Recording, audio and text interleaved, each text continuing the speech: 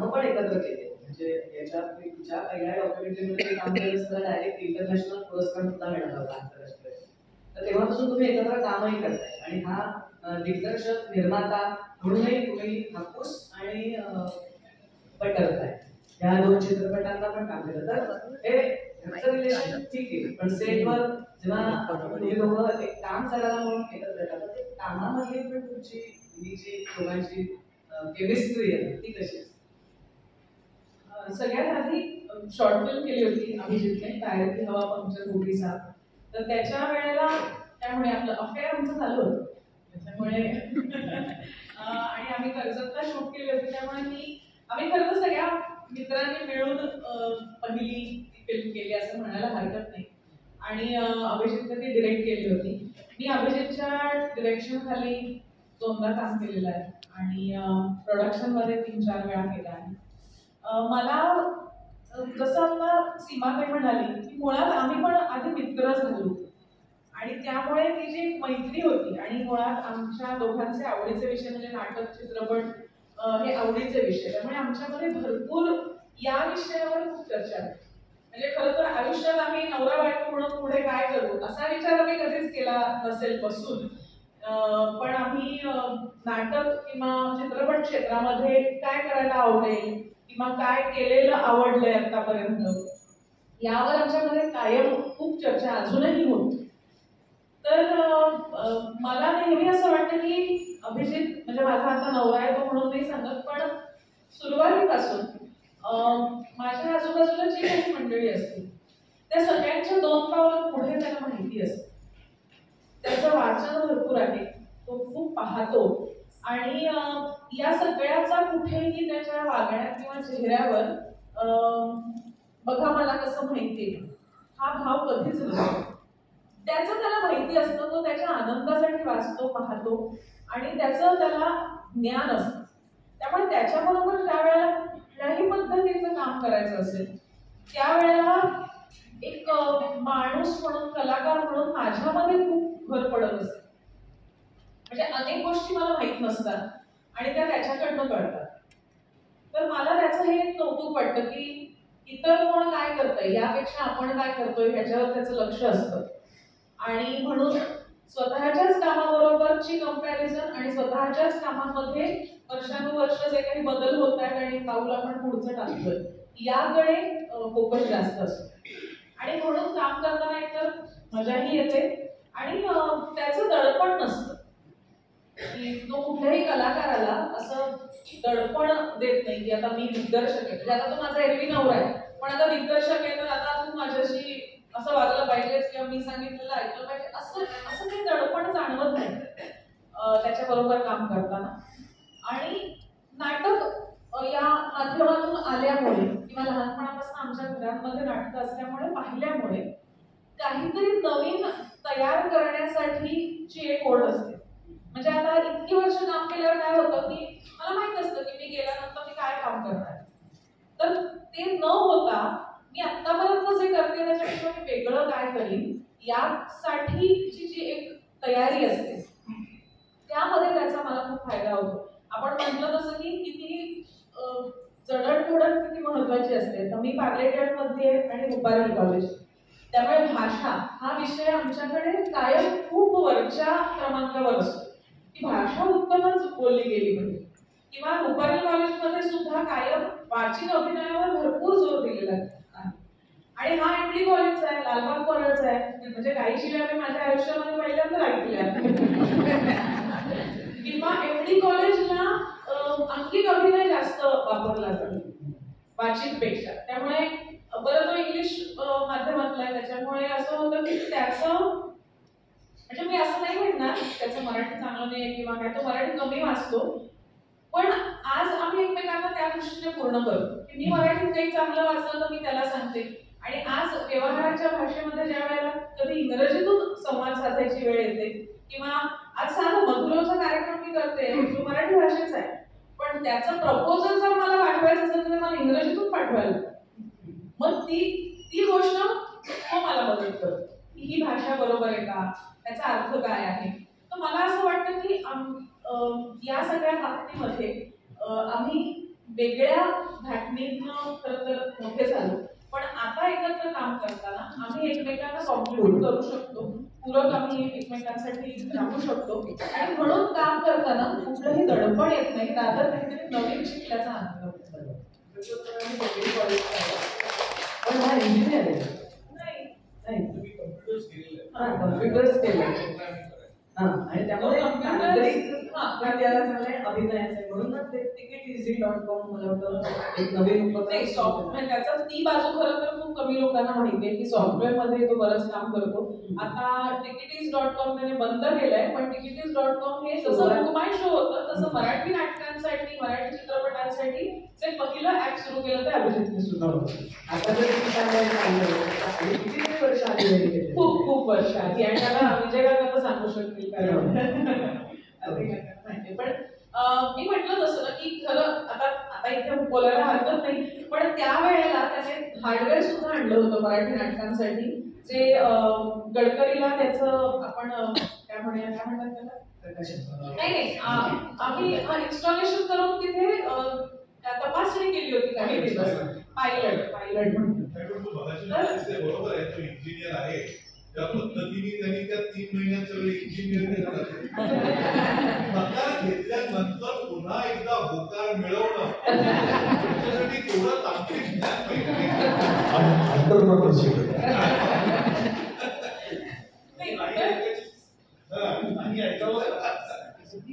आणि नाही म्हणायलाही शिकलं पाहिजे हे सुद्धा महत्वाचं. त्याला मी नंतर हो म्हटलं असतं तरी प्रत्येक मुलीला मी हेच सांगेन की अचानक एक मुलगा आला आणि पहिल्या दिवशी तुम्हाला प्रपोज केलं लगेच हो म्हणायची काही गरज नाही, नाही म्हणता पण आलं पाहिजे.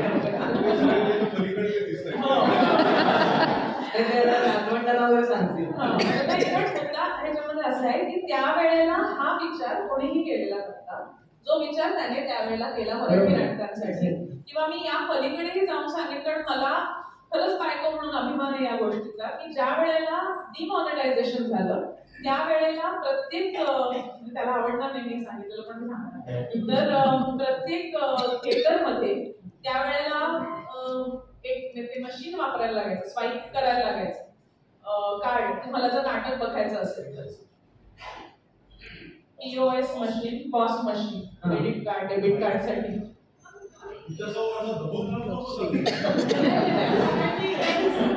तो कमीच बोलतो.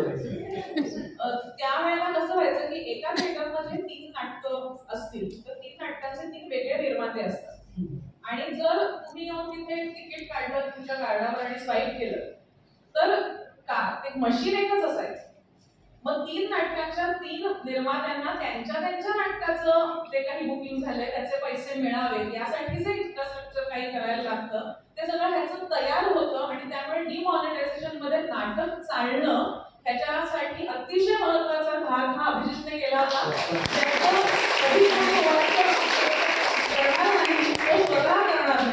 पण मला असं वाटतं की ही त्यावेळेला सुद्धा 2 पावलं पुढे जाऊन केलेली गोष्ट अभिजितची होती आणि त्याचा मोठेपणा ह्याच्यातच आहे की तो मी काय केलं सांगण्यात वेळ घालवत नाही, तो काहीतरी पुढचं पाऊल उचलण्यामध्ये वेळ घालवतो आणि त्यामुळे मला त्याचा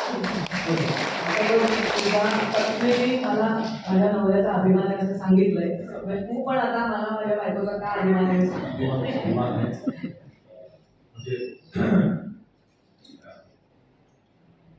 प्रत्येक रोल मध्ये मधुरा मला दरवेळेला सरप्राईज करत असते. जेव्हा मी रोल म्हणतो तेव्हा त्या सिनेमातले किंवा नाटकातले रोल नाही, लाईफ मधल्या रोल मध्ये ती मला सरप्राईज करत असते.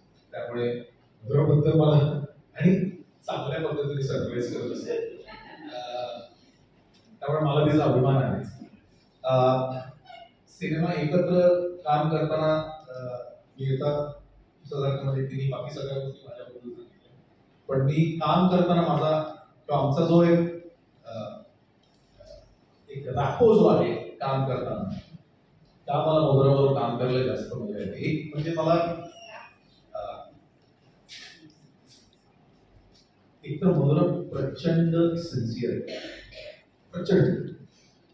आणि लालाला माहिती असेल कारण लालाच्या सिनेमात तरी काम केलं, त्यामुळे generally approach towards life is sincere and disciplined असणे. त्यामुळे it's a treat for any director or a producer to have an actor like okay, कारण मी अशाही लोकांबरोबर काम केलं जे अत्यंत बेशिस्त आहेत किंवा आता सगळ्यांना थोडंसं मी मध्ये इंटरप्ट करून सांगेन, कारण तिचे बाबा पण इतके शिस्तबद्ध आहेत की हो, कोणत्याही ते तिच्या सेटवर तिच्या आणि तिच्या जातात. बाबांकडनं- तिचे बाबा सुद्धा अतिशय हो. शिस्तबद्ध आहेत, त्यामुळे तुम्हाला दोघांनाही ते धरणंच आलेलं आहे की वेळेवर सेटवर जा. आणि युजली काम करताना म्हणजे डिरेक्टर म्हणून सांगतो मी, डिरेक्टर म्हणून तिच्याबरोबर त्या शॉर्ट फिल्म मध्ये पण काम केलं, हाऊसमध्ये सुद्धा काम केलं. प्रोड्युसर म्हणून मी ऍक्च्युली बऱ्यापैकी इझी गोईंग. मी डिरेक्टर म्हणून काही काही वेळेला I become a hard task master at times. माहिती म्हणजे मी जेव्हा डिरेक्शन मोड मध्ये जातो तेव्हा ते व्हायला लागतं. आणि त्यावेळेला I try as an actor म्हणून सांगतो की I want the actor to think.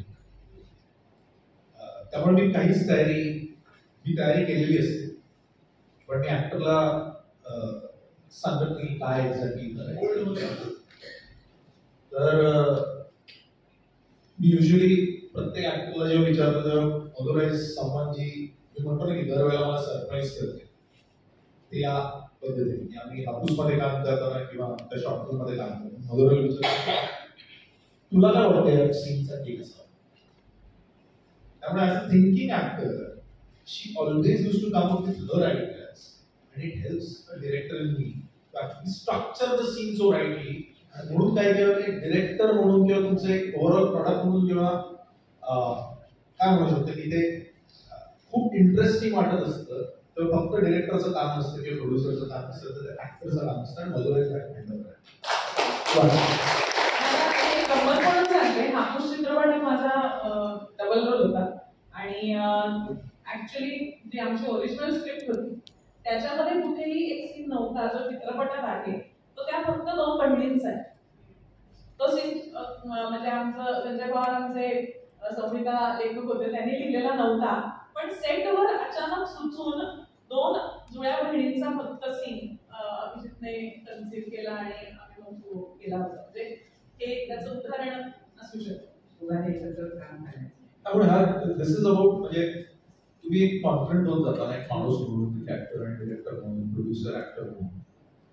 त्यावेळेला तुम्हाला त्या जागा सापडायला जातात आणि तुम्हाला माहिती आहे की नट म्हणून शी can carry it of.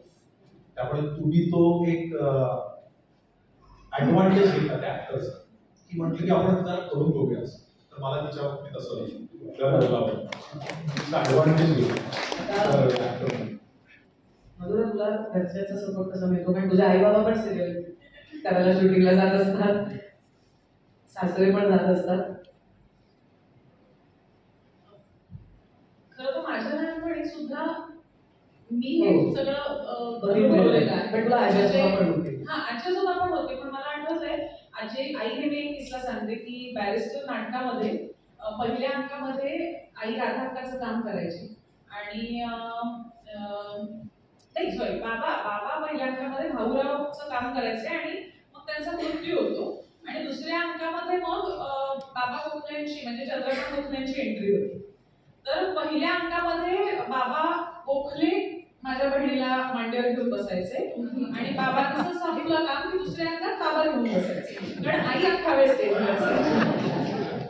So असे किस्से म्हणजे मी सुद्धा अनेक मावशांकडे आणि आईच्या मैत्रिणींकडे माझ्यासारख्या मावशांकडे राहिलेली आहे आणि मला असं वाटतं की मी आणि अभिजितने पण एक पेरेंटिंग कोर्स केला होता. मला काही माझ्या मित्रांनी चिडवलं होतं की आई तुझ्या गावाने केला होता पेरेंटिंग कोर्स वगैरे कसला, तर मी म्हटलं नाही केला होता, माझं काही नुकसान नाही झालं, पण केला असता तर कदाचित काही 4 गोष्टी वेगळ्या घडल्या असत्या आणि म्हणून आम्ही ठरवून एक पेरेंटिंग कोर्स केला आणि तेव्हा आम्ही असं ठरवलं की आमच्या मुलाशी आम्ही कधीच खोटं बोलणार नाही. सो कुठेही जाताना आम्ही असं अजिबात सांगत नाही की मी जरा इथे जाऊन येते तिथे जाऊन येते, नाही. जरी मी माझ्या मैत्रिणींबरोबर जाणार असेल जेवायला तरी मी सांगते की मला कंटाळा आलाय, हा माझा वेळ आहे आणि मला माझ्या मैत्रिणींबरोबर जेवायला जायचंय, सो आज मी जाणार आहे, तुला घेऊन नाही जाणार आहे. मी असं नाही सांगत की मी कामाला चालली. आणि अगदी लहान असल्यापासून मी त्याला कानामध्येही सांगायचे की मी नाटकाच्या प्रयोगाला जाऊन येते. जेव्हा त्याला कळतही नसेल म्हणजे कळत असेल कदाचित, आपण उत्तर देता येत असेल, आपण थोडंसं अंडर एस्टिमेट नको करायला, पण त्यामुळे एक आम्ही ती गोष्ट पाळली आणि त्यामुळे त्याला हे माहिती असतं की आई बाबा कुठेही जातात ते कामासाठी जातात आणि मला सांगून जातात. दुसरी गोष्ट मला असं वाटतं की आई बाबा माझ्या आई बाबा म्हणजे आता या मागच्या वर्षीपर्यंत दोघांच्या डेली चालू होत्या, पण आईने मात्र आमच्या कायम माझ्या बाबांच्या किंवा आमच्या तिन्ही मुलींच्या करिअरसाठी आईने नेहमी एक पाऊल मागे आई राहिलेली आहे. आणि मी सिरियल घेताना ती मला विचारते की मला आली आहे सिरियल, पण तुझं काही नाहीये ना, तर मी घेते. तर मागच्या वर्षी माझी सिरियल संपली आणि मी म्हटलं आता मी वर्षभर सिरियल नाही करणार. आई म्हणाली मग मला आली आहे तर मी करते. म्हणजे मग आई अजूनही आई शिवाय काहीच होऊ शकत नाही. किंवा आज आई बाबा तर दोघंही आहेत, पण मी आज असं म्हणेन की आज 23 वर्ष माझे सासरे CID मध्ये काम करत होते. ते सकाळी 10ला जायचे, रात्री 10ला यायचे. पण आज रात्री आमची ट्रेन आहे आणि आज आम्ही इथे आहोत, तर माझ्या मुलाचा क्लास आहे, तर त्याला आता घेऊन ते परळला जातात. सो म्हणजे माझं असं म्हणणं आहे की मुळात या क्षेत्रात सगळीच जण काम करत असल्यामुळे सगळ्यांनाच या क्षेत्राचे जे काही गोष्टी आहेत चांगल्या वाईट त्या सगळ्याच माहिती. म्हणजे मुलासाठी सोड, मी जेव्हा लग्न करून आले परळला त्यावेळेला जर रात्रीची शिफ्ट करून मी आले तर मी 10-11 वाजेपर्यंत झोपलेले असायचे. असं नाही कधीच की माझ्या सासऱ्याने म्हटलं की सकाळचा उठून चहा द्यायला पाहिजे. किंवा आत्ताही म्हणजे आता मुलगा मोठा झालाय किंवा काही, पण नाही मी रात्री 3-4 वाजता आले ना मुलीला डिस्टर्ब करू नका, मग ते चहा करून घेतील किंवा मागवतील काही काही, म्हणजे कधीही असं नाही म्हणत, अशी अपेक्षाच माझ्याकडनं कधी केली गेली नाही. किंवा सून म्हटल्यानंतर काय होतं की मी सांगते की मी 9 वाजता पॅकअप होऊन घरी येईन 10 पर्यंत आणि 9चं 10-10:30 पर्यंत शूटिंग संपत नाही, घरी यायला 12 वाजतात, मग ट्रॅफिक लागला तर 1 वाजतो. तर मला असा प्रश्न कधीच कोणी विचारला नाही की अगं 10ला येणार होतीस तू 1ला का आलीस. तर हा एक विश्वास असणं हे फार महत्वाचं असतं घरामध्ये. जो विश्वास आमच्या सगळ्यांमध्ये आहे, मदतीचा हात पुढे आहे. आणि दुसरी गोष्ट म्हणजे काय संस्कार पुढे द्यायचे आहेत ह्याची क्लॅरिटी खूप आहे. माझ्या आई बाबांनी मला जे दिलं तेवढंच मला नाही पुढे द्यायचं. कदाचित आता काळ बदललाय, त्या गोष्टींना बदलून मला नवीन पिढीमध्ये त्या शिरपल्या पाहिजे. फक्त मी काहीतरी माझ्या आई वडिलांनी सांगितलं म्हणून पुढच्या पिढीकडे नाही सोपवणार, त्याच्यामधले बदल त्यांना कळले पाहिजे, तरच ते पुढचा समाज घडवू शकतो. त्यामुळे हा प्रयत्न आमचा असतो. मी नक्कीच मराठी माध्यमात शिकलेली आहे, मराठीसाठी काम करते आणि मराठी भाषेत शिकावं असं माझंही मत आहे, मराठी शाळा टिकाव्या असं माझंही मत आहे. पण माझा मुलगा इंग्रजी माध्यमात जातो, पण त्याचं इंग्रजी तिथे चांगलं होत असलं तरी घरात त्याचं मराठी उत्तमच होईल ह्याची पुरेपूर खात्री आम्ही घेतो. कारण आज इंग्रजी सुद्धा तेवढीच महत्वाची झालेली आहे. आणि मराठी कशी चांगली त्याची भाषा राहील आणि भाषेत तो वाचेल शिकेल ह्याचा प्रयत्न आई वडील म्हणून आपण घ्यायचा असतो.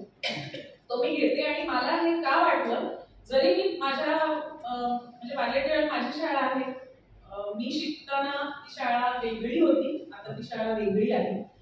मी आता MA केलं मराठीमध्ये आणि मला MA ला शिकवणाऱ्या शिक्षकांना मराठी येत नव्हतं. आणि माझं असं म्हणणं आहे की आधी मुलांना मराठी शाळेत घालवण्यापेक्षा किंवा मराठी शाळा टिकवण्यापेक्षा आधी मराठी शिक्षक तयार. कारण मराठीची जर गोडीच लागली नाही तर नुसतं मराठी तुमची मातृभाषा म्हणून शिका सांगण्यात काही अर्थ नाही. जेव्हा समाज एका वेगळ्या ओघाने चाललेला आहे त्यावेळेला आपल्याला जर आपला हे ठेवायचं आहे टिकवून, तर त्याचं महत्व पटवून देण्याची गरज आहे. ते शिकवण्यासाठी चांगली पिढी तयार करणं महत्वाचं आहे. नुसती म्हणजे माझं मागच्या वेळेला विजया वाड आपल्या सगळ्यांच्याच म्हणजे माहिती आपल्याला की त्यांनी किती काम केलंय मराठीसाठी आणि मराठी कोशासाठी त्यांनी खूप काम केलंय. तेव्हा मी त्यांना म्हटलं की मावशी कोशासाठी काम केलं ते चांगलंय, पण आता ह्यातनं पुढची पिढी कशी तयार होईल ह्याचा विचार करायला हवा. जर मला मराठीत MA करावं असं वाटलं आज 40 नंतर, तर मी शिकायला गेल्यावर मला शिकवायला नाही येत माणसं, मग मी काय शिकणार आणि काय शिकवणार. सो म्हणून मधुरव हा का करायचा ठरवला, मधुरव बोलते ब्लॉग हा माझा कार्यक्रम मी करते तो यासाठी की त्याची गोडी आधी लागू दे, आपली भाषा काय आहे हे आधी लोकांना कळू दे, त्याची गोडी निर्माण झाली त्याच्यामध्ये शिकली मुलं की मग म्हणजे त्यांना चांगलं शिकवणारही पाहिजेत आणि मग त्यांना शिकावंसं वाटेलही. पण नुसतं आता उठा आणि मराठी शाळा शिकल्या पाहिजेत, मराठी शाळेमध्ये जा, ह्याने काही होणार नाही. कारण आजूबाजूला इतक्या गोष्टी वेगाने पुढे जात आहेत की त्यांना जर आपल्या भाषेमधला वेग साधायचा असेल तर मुळात भाषेविषयीचं कौतुक नुसतं असून चालणार नाही, नुसता अभिमान असून चालत नाही, क्रिया करायला पाहिजे. आणि ती क्रिया करणारे फार कमी लोक.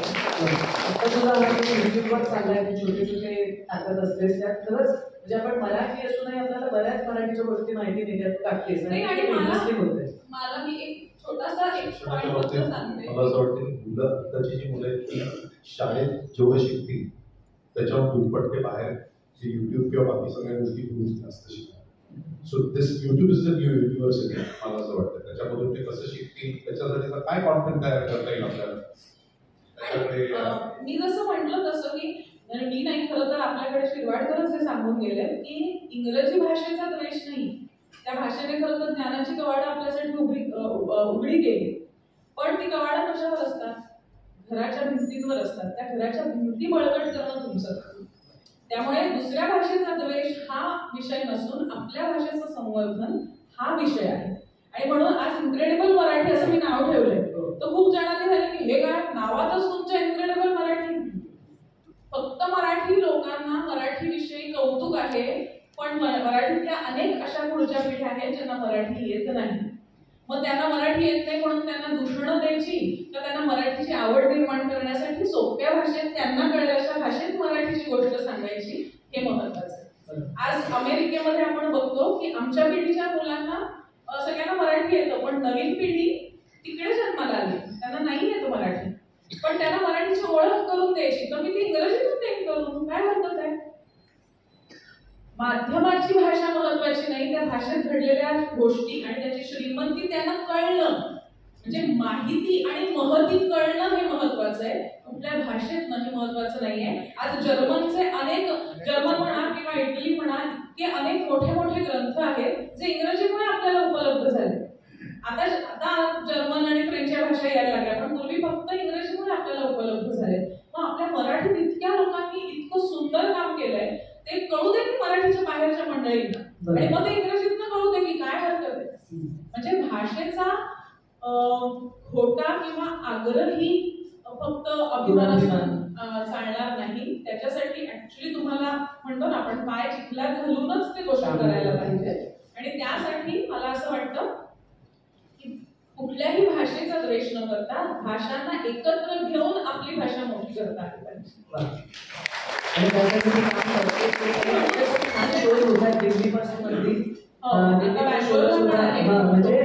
अमराठी भागात पण ते होत आहे, मराठीचं प्रेम पोहोचवण्याचं काम खूप करते. आणि म्हणून मी म्हटलं की माझा मुलगा इंग्रजीत शिकत असला तरी त्याला मी जी.ए. कुलकर्णी म्हणा, शांताबाई म्हणा किंवा अगदी ज्ञानेश्वर माऊलींपासून सगळ्या गोष्टी त्याला वाचून दाखवते, रोज त्याला लिहायला लावते. तो असे काही शब्द वापरतो जे मराठी माध्यमातली मुलं वापरत नाही. आणि मराठी माध्यमात गेलं म्हणजे मराठी आलं असं नाही, कारण मी स्वतः मराठी माध्यमात अनेक शिबिरं घेतली आहेत लहान मुलांची, आणि त्यांची मराठी भाषा चांगली आहे हा गैरसमज आहे. कारण मी म्हटलं तसं त्यांना शिकवणाऱ्यांनाच मराठी येत नाही, त्यामुळे आधी तिथून काम करायला सुरुवात करायला पाहिजे असं मला. आपण घरापासून म्हणजे मी खरं विषय जरा पण दोन्ही प्रश्नांचं म्हणजे हा एक थोडासा काळानुरूप बदलण्याची वृत्ती आपल्यामध्ये असली पाहिजे. आणि ती वृत्ती आमच्या दोघांमध्ये असल्यामुळे मी म्हटलं तसं की मुलाला वाढवताना या वृत्तीचा आम्हाला खूप फायदा होतो की त्याला जगात काय चाललंय हेही माहिती असलं पाहिजे, आणि आपलं घर कुठे आणि आपल्या घराची मुळं काय आहेत हेही माहिती असलं पाहिजे. दोन्ही तितकंच महत्वाचं. बरोबर. आपण घराबद्दल बोलतो, मी खास मुद्दाम टाळ्या येण्यासाठी एकच गोष्ट सांगेन की शिवाजी सायकम आणि प्रदीप वेलणकर या दोघांना आपल्या इंडस्ट्रीमध्ये जेंटलमन, खरो जेंटलमन म्हणून आपण सगळे ओळखतो. आणि वेळ पाहण्यामध्ये तर आहेच, अभिनयही छान आहेच. एक सिरियल 20 वर्ष करत होते, 88 ते 2000 CID. सोपं काम नाही. म्हणजे मला वाटतं श्रीरंग पण जवळजवळ 7.5 वर्ष ती सिरियल करत होता. म्हणजे एक सिरियल एवढी चालणं म्हणजे ती लोकांना आवडत असते म्हणून ती इतकी वर्ष चालते. आणि त्या सिरियलमध्ये श्रीमंत पण काम करत होता. काय पुढचं पाऊल जवळ 7.5-8 वर्ष श्रीमंताची चालवतो. म्हणजे आपल्या आयुष्यातले 7.5-8 वर्ष एका सिरियलमध्ये घालायची म्हणजे खूप मोठा काळ आहे. म्हणजे एवढी ती लोकांना आवडते, त्यामुळेच ती एवढी चालली. तर आपण ते साटम शिवाजी साटम आणि प्रदीप निलंगकरांसाठी खरंच मनापासून झालेले आहेत की त्यांच्याच पावलं टाकण्याचा आम्ही दोघं प्रयत्न करताय. मला एकच ऍड करायचं आहे की आपल्याकडे अनेकदा ना असं कुठलीही मोठी कलाकृती किंवा एखाद्या मोठ्या माणसाने पैसे घेतले नाही किंवा एखादी गोष्ट विनामूल्य किंवा एखादी गोष्ट टॅक्स फ्री झाली की एकदम सगळ्यांचं कौतुक होतं. तर आपण मराठी माणसं अनेक ठिकाणी पैसे खर्च करत असतो, नाही असं नाही. पण जेव्हा ती मराठी चित्रपटाला करायची वेळ येते, मराठी नाटकांना करायची वेळ येते, तेव्हा आपण जरा विचार करतो, आपण टॅक्स फ्री वेळची वाट पाहतो किंवा OTT-वर यायची वाट पाहतो. पण मला मगाशी हा म्हणाला तसं की 2 दिवसात तो प्रोड्युसर झाला, तसंच काहीसं आमच्याही बाबतीत हापूसच्या वेळेला झाला होता. तो फक्त 3च्या ऐवजी 6 दिवस आधी गेला होता. पण त्यावेळेला तर अभिजितला म्हणजे शूटिंग सुरू करूनच असंच आम्हीच प्रोड्युसर झालो त्याच्यामध्ये अचानक. त्यामुळे अशा गोष्टी अनेकदा खूप उत्साही कार्यकर्ते येतात आणि मग ते मध्येच कच खातात आणि जातात. त्यामुळे मग आमच्यासारख्या कलाकारांना एखादी गोष्ट थांबवता येत नाही. एखादी कलाकृती घडत असताना तिच्यामध्ये व्यत्यय आलेला आम्हाला बघवत नाही, त्यामुळे आम्ही ती कशी तरी पुढे नेतो. पण मला हा विषय का पूर्ण करायचा आहे की आपण तुम्ही बघा प्रेक्षक म्हणून सुद्धा कधीही आपण असं सांगितलं की त्याने पैसे विचारले नाहीत म्हटलं तुम्ही टाळ्या वाजवल्या. पण मला त्याच्या पुढे जाऊन असं म्हणायचं आहे की त्याने चित्रपट पूर्ण केला आणि सगळ्यांना चोख पैसे दिले आणि अभिजितनेही तेच केलं होतं. आणि मला हे जास्त महत्त्वाचं वाटतं की पैसे किती शेवटी पैशाचं सो वाटत नाही. आम्हालाही आमचा संसार असतात, सगळ्यांनाच असतं, सगळेच जण काम करत असतात. असा एक ग्लॅमर जास्त असतं म्हणजे पैसा जास्त असतो असं नसतं. त्याची मेहनतही तेवढी असते, दिवसही खूप असतात आणि त्या दृष्टीने मिळणारा पैसा हा बरोबर असतो. म्हणजे प्रमाण त्याचं बरोबर असतं. अगदी काही एकाच 15 असं प्रमाण नसतं, ते एकच प्रमाण असतं ते फायनली. पण आपल्याकडे ग्लॅमर आहे म्हटल्यानंतर असं वाटतं की या लोकांकडे खूप पैसे आहेत, त्यांना काय फरक पडतोय. तर असं नसतं, फरक पडत असतो. आणि अशा वेळेला पैसा उभा करून एखादी कलाकृती पूर्ण करणं आणि कोणालाही गृहीत न धरता, कदाचित त्या क्षणी गृहीत धरलं गेलं असेल की माझी मैत्रिणी तर त्याने मला सांगितलं नसेल मला किती मिळाले, पण त्याने दिले नाहीत का? नाही, त्याने दिले. त्याने मला सायनिंग अमाऊंट दिली पहिल्या आणि हापूस बद्दलही बोलते म्हणून सांगते, हा नवरा असला तरी सुद्धा ह्यानेही मला सायनिंग अमाऊंट दिली होती आणि पहिलं शेड्यूल झाल्यावर ते पहिला पेमेंट मिळालं त्याची एकदमच वेळेची मर्यादा कमी आहे. तुमच्या या व्यथा त्यामुळे सगळ्यांना कळल्या. म्हणजे जोडी तुझी माझे नाव जरी असलं, तुमचे पर्सनल सगळ्या गोष्टी कळल्या असल्या तरी हे सुद्धा आपल्या मराठी सिनेमातले प्रॉब्लेम्स किंवा मराठी इंडस्ट्रीतले प्रॉब्लेम्स तुम्ही सांगितले. आपण खरं मग अशी म्हटलं मी रॅपिड फायर घेत नाही, पण आता मधुरा म्हणते की रॅपिड आहे ना, त्यामुळे घेऊन टाकलं रॅपिड. त्यामुळे सगळ्यांना जेवायची जर वेळ तुम्हाला सांगायला 5-10 मिनिटं आणि सभागृहाचा काही टेक्निकल मुद्दा आणि खास करून तुझ्यासाठी आणि माझ्यासाठी रॅपिडच उत्तर देऊया.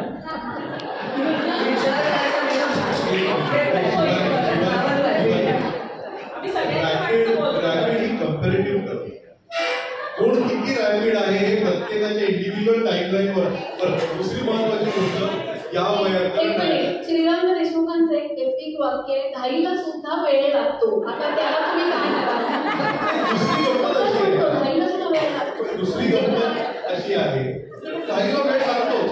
एक दुसरी गंमत अशी आहे, रॅपिड फायर मध्ये ना एका शब्दात उत्तर द्यायचं. जोडी म्हटल्यानंतर रॅपिड फायर मध्ये तिचा आवडता रंग कुठचा, याची आवडती भाजी कुठची, हे अनेक वेळेला असतं. या वयात कदाचित प्रत्येक गोष्ट आठवणार नाही, त्यामुळे तेच तर बघायचं आहे बायकोविषयी तुला काय माहिती आहे. कुणाच्या वेळी महत्वाचं आधी पुरुषांना विचारते. बायकोचं अगदी पहिलं व्यावसायिक नाटक नाही म्हणायचं. नंतर आपण बघूया. अरे कोणत्या आता एकत्र राहताय माहिती पाहिजे बायकोचं पहिलं व्यावसायिक नाटक बाबा असं काय काय माहिती? त्यातही कधी कधी बायकोचं पहिलं हा व्यावसायिक पहिलं व्हेरी गुड. मी कुणाला नावं ठेवत नाही त्यामुळे नावं माझ्या लक्षातच राहतात.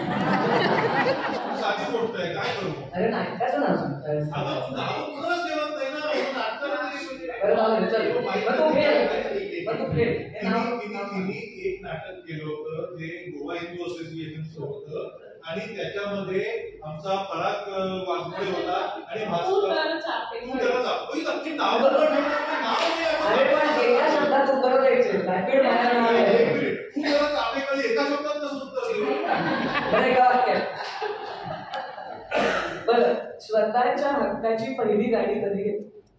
2013 बरोबर. Correct. 2013 2005 थोडंसं चूक. मी 1996 साली आम्ही पहिली गाडी घेतली आणि ती घेतली म्हणजे कशी घेतली तर ती एका वाक्यात नाही नको सांगू नको. सांगूही नको. बरं आता तू सांग बायकोला 10वीत म्हणजे SSC किती टक्के मार्क मिळाले? अरे पण आता SSC किती मिळाले ना?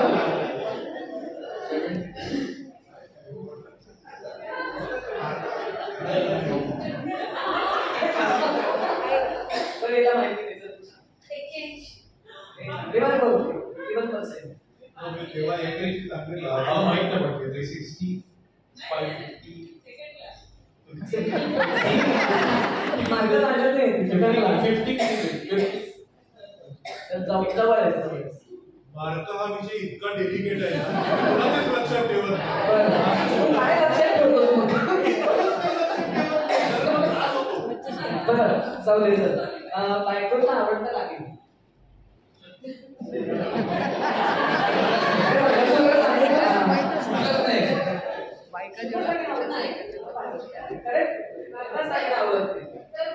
उत्तर बरोबर. मी तिला एक आखणी दिली होती ती आता जर तिला तिचा आवडीचा दागिना असेल तर मला माहित नाही.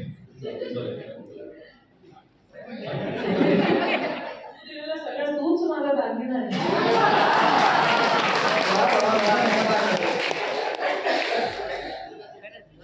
स्वाभिमान हा तिचा सगळ्यात आवडता दागिना. बरोबर आहे. काय वाजवा बरोबर आहे. बरं आता 5-5च घेते मी बरेच काय करते. आता एक शेवटचाच विचारते. दोघांमध्ये जास्त चिडकं कोण? बरोबर आहे. मधुरा लवकर बोल. किती छान आपण. आणि चिडका हा फरक एकदा कंपॅरेटिव्ह आहे. दोघांमध्ये चिडकं कोण आहे?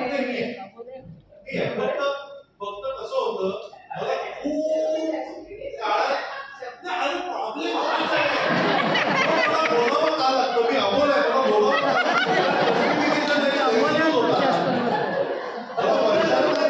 वर्षात एकदा राग येतो मला रोज एकदा राग येतो माझा. पण मला जास्त राग येतो. चिडकं कोण आहे तर जास्त राग मला येतो. तिला जो येतो ना तो तसा राग कॅटेगरी म्हणजे आता हे सांगितल्याशिवाय कसं कळेल. रोज राग येऊन आम्ही आहोत ना 40-30 वर्ष. तुझ्या भावाला पोचेल. धन्यवाद. पुरुषांचे प्रश्न संपले. अशी एक सवय जी याची तुला बदलावीशी वाटते.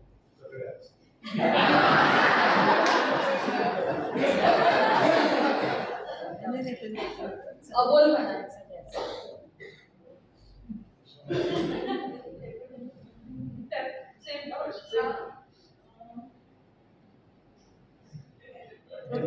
मला सगळ्या जागी आवडतात तुला. मला तो आवडतोच पण थोडस एक कुठल्याही गोष्टीमध्ये तो खूप पटकन पुढे जातो म्हणजे संपूर्ण गोष्ट पुढे जातो. थोडस रेंगायला हरकत नसते काही गोष्टींमध्ये. ते मला असं वाटतं. मायकल जॉर्डन आहे.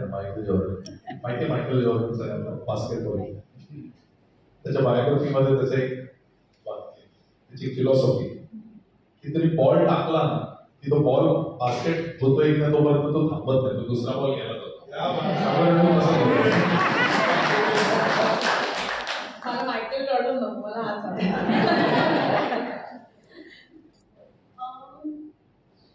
थोडंसं रेंगाळणं म्हणजे सगळं होतं जे काही पाहिजे ते, पण ते मला पाहिजे तेव्हा झालं तर जरा जास्त बरं होईल एवढंच माझं म्हणणं. पटतंय? आयुष्यात ठहराव पाहिजे म्हणायचं आणि मग रेंगाळलेला आवडतं. काय करायचं? तर एनिवे, पण मला आवडतं, मला मुरायला आवडतं. ठीक. आता तू सांग, याच्या आईचा वाढदिवस, सासूबाईंचा वाढदिवस 25 जुलै 1960. बरोबर? त्याला कदाचित माहिती नसेल, त्याला कन्फर्म साल कदाचित माहिती नसेल. आईचा 13 डिसेंबर 1949 असं मला वाटतं. साल नसलं तरी चालेल. 49 बरोबर ना? कारण माझ्या सासूबाईंची खास मैत्रीण चित्रा मावशी झालेली आहे. अच्छा. या दोघीही, म्हणजे हे पटकन सांगते, या दोघीही यांनी इंडियासाठी कबड्डी खेळलेल्या आहेत ना.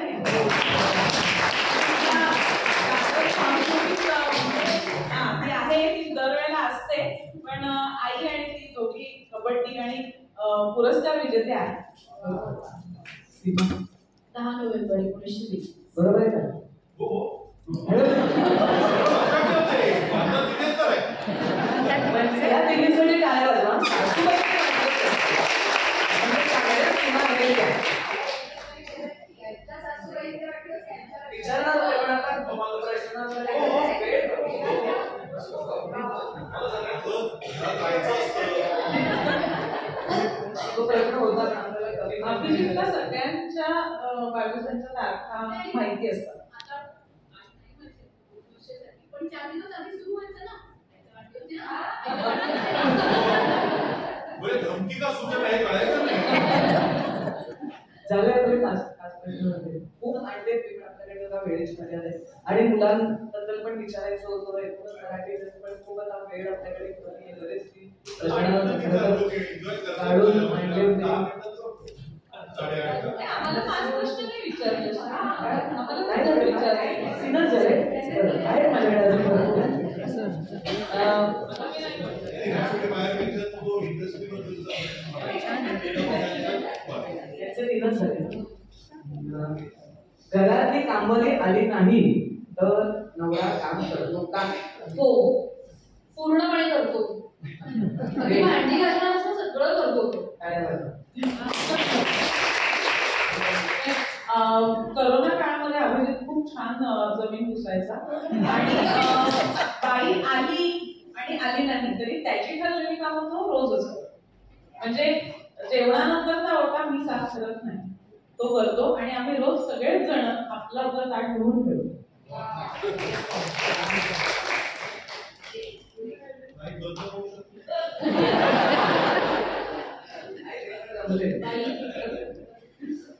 बाई आली नाही आली सेम काही गोष्टी ठरलेल्या रोजच्या, आणि तो संपूर्ण पोळ्या येत नाही पण बाकी त्याला पूर्ण स्वयंपाकही येतो. वा. त्याच्यामुळे काही प्रश्नच नाही. आता फक्त पाठीच्या त्रासामुळे जोडी तुझी माझी आहे ना ती. पाठीच्या त्रासामुळे त्याला आता काही गोष्टी करणं त्यांनी अपेक्षित नाही. काही विशिष्ट पोझिशन्स मध्ये त्याला स्लिप डिस्क असल्यामुळे त्रास होतो. तेवढ्या गोष्टी आता आम्ही त्याला करू देत नाही, पण बाकी सर्व कामं अगदी. हे दोघं बरंचसं बोललेले आहेत. मी एवढं सांगेन की उत्तराबरोबर मी अनेक वर्ष अनेक कार्यक्रमाच्या निमित्ताने संबंध आमचा येत राहिलेला आहे आणि खूप वेगवेगळे विषय ती कायम तुमच्या सगळ्यांसाठी आणत असते. त्यामुळे या माध्यमातून आता मीच इथे दोनदा वेगवेगळ्या नात्यांच्या माध्यमातून बोलायला आले. तर मला असं वाटतं की असे वेगवेगळे कार्यक्रम होत राहणं ह्यात आता काही नाविन्य आहे असं नाही, कारण उत्तरा ते करेलच ह्याची मला खात्री आहे आणि तुम्ही ते सगळेजण तिथे उपस्थित राहालच. मला आज एकच गोष्ट सांगावीशी वाटते की मला आवडलं की आज तू अनाउन्समेंट केलीस की तुम्ही लहान मुलांसाठी कार्यक्रम करताय. कारण आज बघितलं तर आज आपल्या या प्रेक्षक वर्गामध्ये 50च्या पुढची माणसं जास्त आहेत. आपल्याला अजून तरुण पिढीने सुद्धा मराठीकडे वळण्याची किंवा आपल्या नुसतं भाषेकडे नाही तर आपल्या संस्कृतीकडे वळण्याची गरज आहे. आणि त्यामुळे मराठी आपले तरुण मंडळी जी आहेत त्यांना आकर्षित होईल अशा काही गोष्टी जास्त व्हायला हव्यात. आणि म्हणून आज तुम्ही 6 ते 12 वयोगटासाठी एक म्हणजे संस्कार वर्गच म्हणूया आपण त्याला, हा एक या निमित्ताने त्यांना एक शाखा तुम्ही त्याची माहिती करून देताय, ओळख करून देताय. तर असं जर मुलांना नाट्य रूपामध्ये ते शिकवायचं असेल तर मला आवडेल यायला. आणि मला असं वाटतं की नाट्य म्हणजे फक्त अभिनय नाही, पुन्हा एकदा व्यक्तिमत्व विकास हाच मुद्दा आहे त्याच्यामध्ये, पण वेगवेगळ्या शाखांची ओळख त्यांना करून देणं आणि आवड निर्माण करणं, यासाठी ही मंडळी आता आपल्या पाठीशी आहेतच. म्हणजे हे आपल्या घरात ते मोठी मंडळी झाली, यांचा आशीर्वाद गरजेचा आहे. पण आता आपल्या बरोबरची आणि आपल्या पुढची पिढी यांनाही थोडं पुढे नेलं तर आपण अजून मोठा समाज घडवू आणि मोठी कुठलीही कृती असेल ती करण्यासाठी आपल्याला बळ येईल असं. मी बोलत नाही, पण सगळ्यांनी जे मला सांगायचं ते बरंच त्या लोकांनी सांगितलं, कव्हर केलेलं. पण एवढंच सांगेन की मला खूप मजा आली आणि उत्तराला मी थँक्यू म्हणणार आहे की मला विचारलं, मधुराला विचारलं आणि मला नाही म्हणजे मला असं वाटतं की उत्तराने कुठलाही कार्यक्रम विचारला तेव्हा मी असं फार विचार त्याच्यामध्ये टाकत नाही. म्हटलं की मी आहेस का तू या तारखेला, म्हटलं मी आहे, लगेच उत्तर देतो. त्यामुळे तर थँक्यू तुम्हाला सगळ्यांनाच की फॉर हॅव्हिंग अस हिअर. खूप खूप वेळ खूप कमी पडला आणि उत्तरा नेहमीच खरंच खूप छान छान कार्यक्रम करत असते, तर त्याच्यातच ह्या कार्यक्रमाची सुद्धा जोड झाली असं म्हणायला हरकत नाही. शंकर वैद्यांची एक कविता आहे, त्यांनी मी शेवट करते की तू दोऱ्यात फुले ओवीत होतीस, तू दोऱ्यात फुले ओवीत होतीस, माळ गुंफीत होतीस, फुले ओता ओता दोरा केशरी होत गेला, फुले ओता ओता दोरा केशरी होत गेला, तुझ्या माझ्या संबंधांबद्दल एवढंच मला सांगायचं आहे.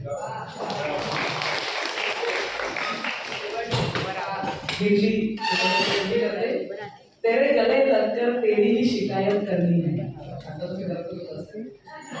तेरे गले लगकर तेरी ही शिकायत करनी है, मुझे तेरे साथ रहकर तुझसे ही लड़ाई करनी है, और भले ही तू खफा हो मुझसे पर मुझे तो सिर्फ तुझसे ही बात करनी है. असलेलं नातं आम्हाला इथे ऐकायला मिळालं. तुमची इतकी वर्ष ही जोडी छान राहिली, अशीच कायम राहो ही आमच्या सगळ्या सिनियर सिटीजनच्या वतीने तुम्हाला सगळ्यांना आशीर्वाद. आणि पुन्हा एकदा आमच्या सार्वजनिक सांस्कृतिक मंचाच्या कार्यक्रमाला तुम्ही जरूर या आणि ते छान गप्पा मारल्यास त्याबद्दल मनापासून धन्यवाद.